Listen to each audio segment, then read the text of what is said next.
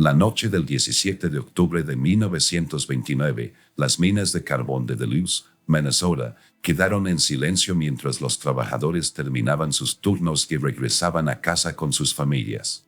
Todos, excepto Lemuel Turner, un trabajador de 42 años cuya ausencia pronto desencadenaría uno de los casos de desaparición más peculiares de la historia de la región. Turner llevaba casi 7 años trabajando en la Northern Coal and Supply Company, ganándose la reputación de ser un trabajador fiable y puntual que rara vez faltaba a su turno. Su capataz se preocupó de inmediato cuando Turner no registró su tarjeta de tiempo al final de su turno de noche. Una rápida inspección de su puesto de trabajo reveló que sus herramientas estaban ordenadas y que su termo metálico aún contenía café tibio, lo que indicaba que no planeaba irse de repente. Por la mañana, sin noticias de Turner, su casera informó de su ausencia a las autoridades locales. Turner ocupaba una modesta habitación en una pensión de East Superior Street, donde había vivido los últimos 4 años. Sus compañeros de pensión lo describían como un hombre tranquilo y reservado, pero infaliblemente educado. Su habitación permanecía intacta, la cama, pulcramente hecha como siempre, un libro abierto sobre la mesita de noche y su ropa de trabajo de repuesto colgada en el armario. Lo que hizo de la desaparición de Turner algo inmediatamente inusual fue la conversación que su colega, Alden Crosby, había escuchado el día anterior. Durante la pausa del almuerzo, Crosby pasó por delante de la cabina telefónica de la empresa y vio a Turner enfrascado en lo que parecía ser una conversación tensa. Aunque no pudo entender todo el intercambio, Crosby oyó claramente a Turner mencionar algo sobre una lista negra. La llamada fue breve, pero su efecto en Turner fue profundo. Según Crosby, Turner regresó al trabajo visiblemente agitado, dejando caer herramientas y mirando por encima del hombro repetidamente durante toda la tarde. Turner estaba claramente inquieto después de esa llamada. Siempre había sido firme y centrado, pero esa tarde parecía no poder concentrarse en nada. Cuando le preguntaron si algo andaba mal, simplemente negó con la cabeza y dijo que no era nada de lo que valiera la pena hablar. El vigilante nocturno del depósito de carbón confirmó haber visto a Turner aproximadamente a las 19:15, dirigiéndose al cobertizo de herramientas. El vigilante había estado haciendo sus primeras rondas de la noche y simplemente saludó a Turner con la cabeza al pasar. Fue la última vez que se confirmó que Lemuel Turner se encontraba en su lugar de trabajo. A pesar de que el depósito estaba cercado por una valla de 3 metros con solo 2 portones, ambos vigilados durante toda la noche, nadie reportó haber visto a Turner salir del lugar. A la mañana siguiente, un registro del extenso depósito de carbón no reveló rastros de Turner. La policía local realizó una investigación superficial, tratando inicialmente el caso como un posible accidente. Los depósitos contenían numerosos peligros: tumbas de carbón, vías férreas para vagones de reparto y empinados terraplenes de carbón que podrían derrumbarse. Sin embargo, no se encontró evidencia de ningún accidente. Turner simplemente había desaparecido. 4 días después de la desaparición de Lemuel Turner, el descubrimiento de su desgastada chaqueta de lona de trabajo dio un giro inesperado a la investigación. La chaqueta fue encontrada cuidadosamente doblada y colocada en el umbral de una casa de madera de 2 pisos en el distrito sur de Duluth, una zona habitada principalmente por familias de trabajadores del ferrocarril. Era un barrio con el que Turner no tenía ninguna conexión conocida, ubicado a más de 3 kilómetros de su lugar de trabajo y de su pensión. La dueña de la propiedad, Margaret Walden, una viuda de 58 años que había vivido en la casa durante más de 2 décadas tras la muerte de su esposo en un accidente ferroviario, afirmó no tener conocimiento de Turner. Encontró la chaqueta temprano por la mañana mientras recogía su paquete de leche y contactó de inmediato a la policía, preocupada por el inusual aspecto de la prenda en su puerta. Weldon insistió ante los oficiales investigadores que nunca había conocido al hombre por el que preguntaban y que no podía imaginar por qué alguien dejaría algo perteneciente a él en su casa. La chaqueta en sí era inconfundiblemente de Turner. Su casera había bordado su nombre en el cuello el invierno anterior. Pero lo que transformó el caso de una persona desaparecida en algo mucho más complejo fue lo que los investigadores encontraron en sus bolsillos: 3 pasaportes, todos aparentemente legítimos, con los sellos correspondientes del Departamento de Estado de Estados Unidos. El primer pasaporte llevaba el nombre de William Hargreaves, de 45 años, nacido en Springfield, Illinois. La fotografía mostraba claramente a Lemuel Turner, aunque con un peinado diferente y unas gafas redondas que nunca se le había visto usar en la carbonería. Según los registros del Departamento de Estado, este pasaporte se había emitido 11 meses antes. El segundo documento de identidad pertenecía a Frederick Newell, de 43 años, de Tacoma, Washington.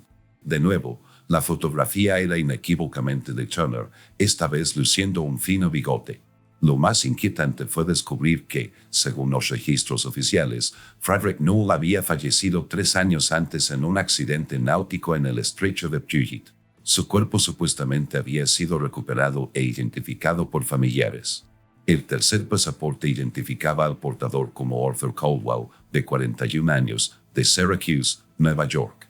Este documento era el más antiguo, emitido 5 años antes. Al igual que Newell, Arthur Caldwell estaba oficialmente fallecido, tras haber fallecido, según informes, en un incendio en su casa 2 años antes de la desaparición de Turner.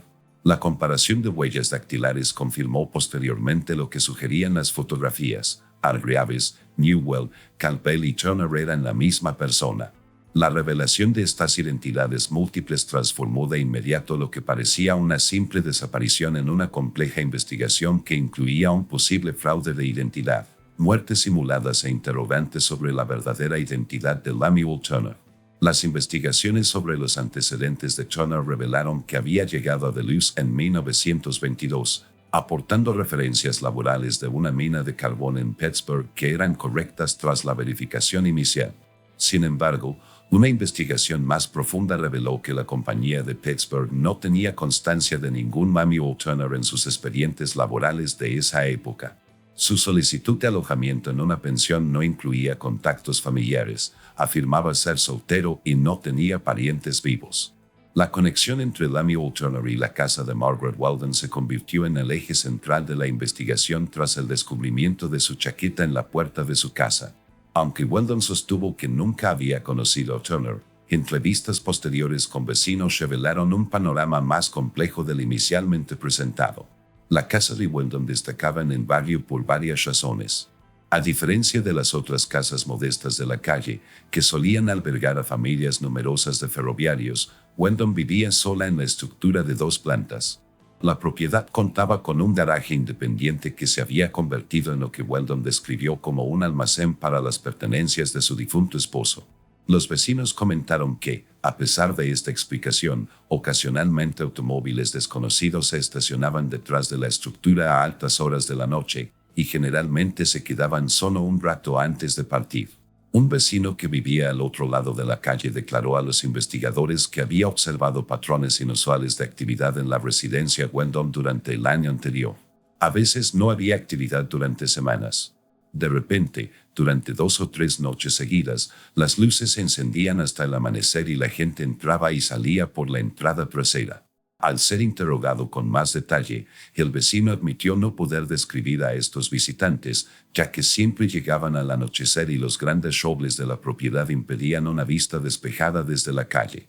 Otra vecina mencionó que la noche anterior al descubrimiento de la chaqueta de Turner, estaba despierta con su hijo enfermo y, poco después de la medianoche, vio a un hombre de pie cerca de la casa de los Weldon.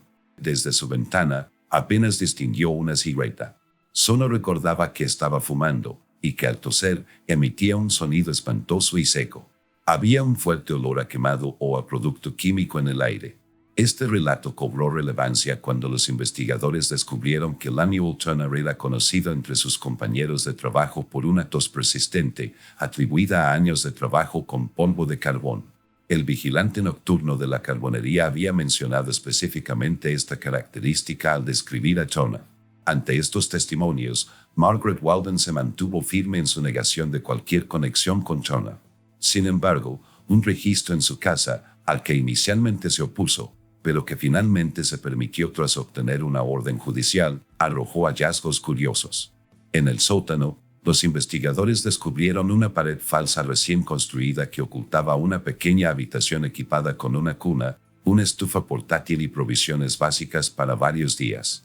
La habitación mostraba signos de ocupación reciente, las sábanas de la cuna estaban arrugadas y los envoltorios de comida indicaban que se habían consumido allí comidas durante la última semana.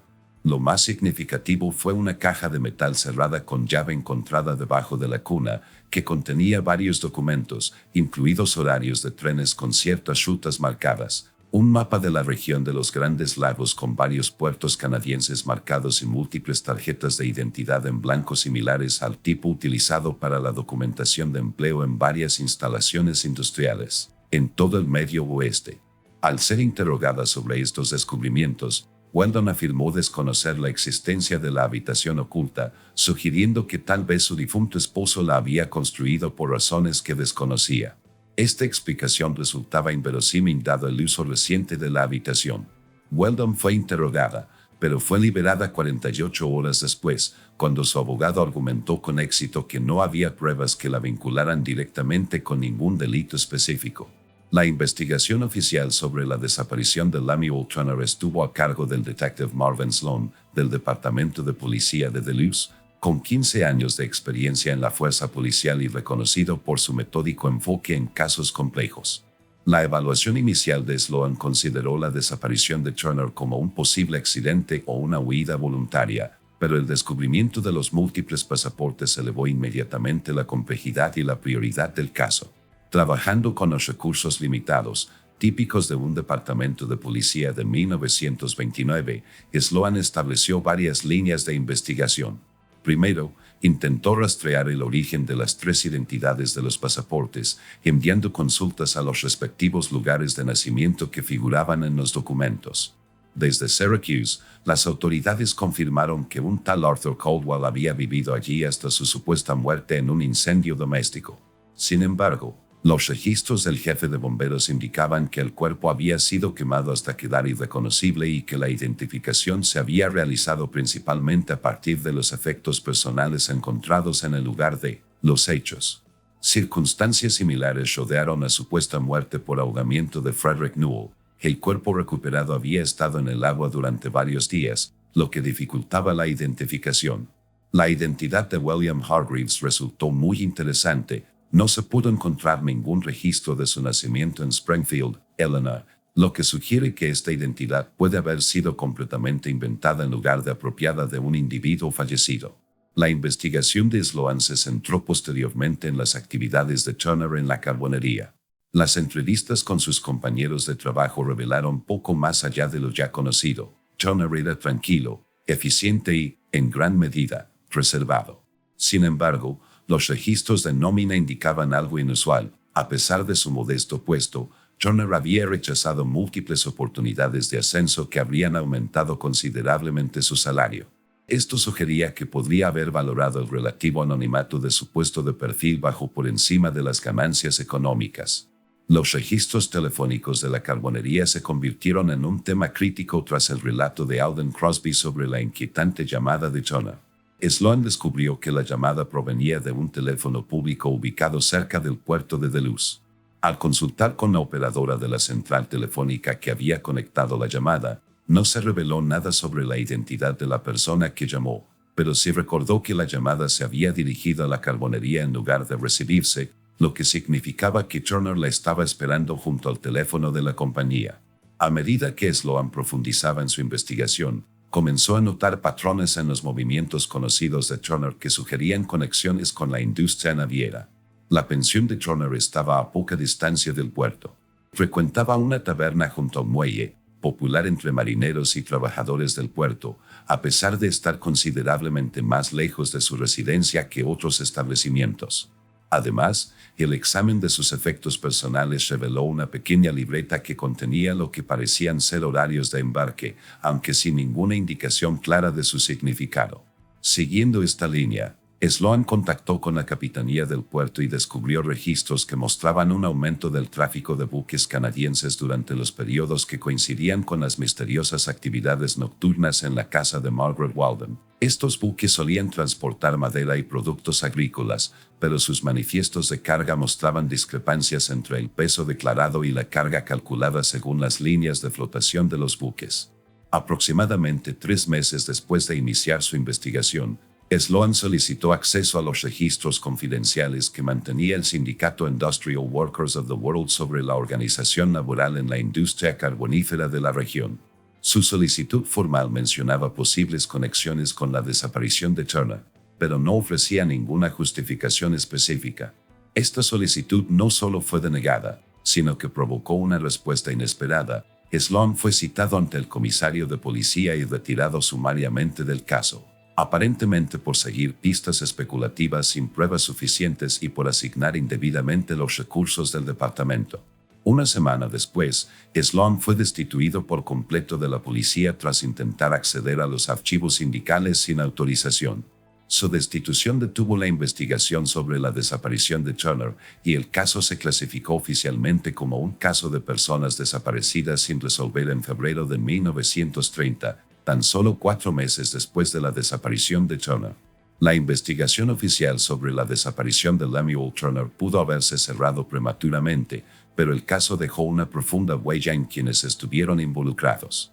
El exdetective Marvin Sloan, tras su despido del Departamento de Policía de Duluth, no abandonó su interés en el caso. Incapaz de realizar una investigación oficial, continuó recopilando información a título personal. En 1932, Sloan concedió una entrevista al Duluth Herald, redactada con cuidado para evitar acusaciones directas, pero que sugería claramente que la desaparición de Turner implicaba fuerzas mayores que un simple caso de desaparición. Según Sloan, lo que la gente no entendía de Turner era que no era solo un minero desaparecido. Las pruebas apuntaban a un hombre vinculado a una red de tráfico de personas a través de las fronteras.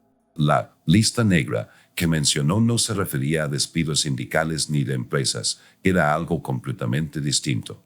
Al ser presionado para obtener más detalles, Sloan afirmó que ciertas industrias a lo largo de los Grandes Lagos se habían convertido en vías para el transporte de elementos indeseables entre países. El periódico se negó a publicar sus acusaciones más específicas, alegando falta de pruebas y posibles problemas legales. Poco después de la entrevista, Sloan se trasladó a Chicago, donde trabajó como investigador privado hasta su fallecimiento en 1944. Margaret Weldon continuó viviendo en su casa hasta 1937, cuando vendió la propiedad repentinamente y se mudó a Florida. Los nuevos propietarios, mientras renovaban el sótano, descubrieron espacios ocultos adicionales a los que había encontrado la policía, incluyendo un túnel que conducía a una salida oculta en el garaje independiente. Este descubrimiento reavivó brevemente el interés en el caso Turner, pero no se reabrió ninguna investigación oficial.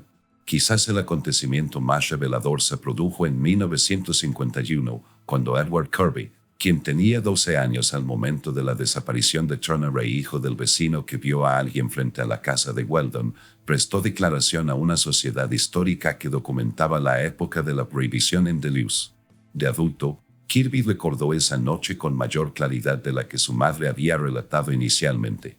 Kirby declaró que el hombre que estaba afuera no solo fumaba y tosía. Estaba discutiendo con alguien dentro de la casa de Weldon. Kirby recordó haberse asustado por lo enojados que parecían. El hombre de afuera no dejaba de decir algo sobre que estaban en listas y que los de la compañía lo sabían. Entonces, alguien dentro le dijo que se callara. Fue entonces cuando empezó a toser, no una tos cualquiera, sino la que se produce por años de respirar polvo de carbón. Kirby también mencionó el olor que su madre le había reportado, identificándolo más específicamente como goma quemada o químicos, un detalle que ganó importancia cuando se relacionó con descubrimientos posteriores sobre operaciones de falsificación de documentos activas en la región durante ese periodo. Los historiadores laborales que investigan la época han sugerido desde entonces que la lista negra que Turner mencionó probablemente se refería a listas elaboradas por importantes empleadores industriales que identificaban a trabajadores sospechosos de simpatizar con sindicatos o con ideas políticas radicales. A estos trabajadores se les negaba sistemáticamente el empleo en múltiples empresas e industrias. Algunas pruebas indican que existían redes que ayudaban a estos trabajadores incluidos en la lista negra a establecer nuevas identidades o incluso a abandonar el país para buscar trabajo en otro lugar. Los múltiples pasaportes en posesión de Turner, la conexión con la casa de Margaret Weldon, con sus habitaciones y túnel ocultos, y la abrupta finalización de la investigación oficial al abordar los registros de la organización laboral, sugieren que Turner podría haber estado involucrado en dicha red. Se desconoce si era un facilitador que ayudaba a otros a evitar ser incluidos en la lista negra o si intentaba escapar él mismo. El despido sin contemplaciones del detective Sloan cuando su investigación se acercó a cuestiones laborales delicadas sugiere una posible colusión entre los intereses industriales y las autoridades locales, una dinámica común en muchos centros industriales estadounidenses durante ese periodo. Lo que es seguro es que Lemuel Turner, si es que ese era su verdadero nombre, nunca fue visto nuevamente después del 17 de octubre de 1929. Nunca se recuperó ningún cuerpo. No se estableció ninguna evidencia definitiva de si huyó voluntariamente o se enfrentó a un delito, y la verdadera naturaleza de su conexión con las tres identidades del pasaporte nunca se determinó oficialmente. Al igual que muchos misterios históricos de una época anterior a las técnicas forenses modernas y a los registros, la desaparición de Lemuel Turner sigue siendo un caso sin resolver que ofrece una ventana a las complejas tensiones sociales y económicas de los Estados Unidos anteriores a la Depresión, una época en la que el sustento de una persona podía depender enteramente de permanecer en las buenas gracias de poderosos empleadores industriales y en la que desaparecer a veces podía parecer la única opción viable para quienes se encontraban en el lado equivocado de una lista negra.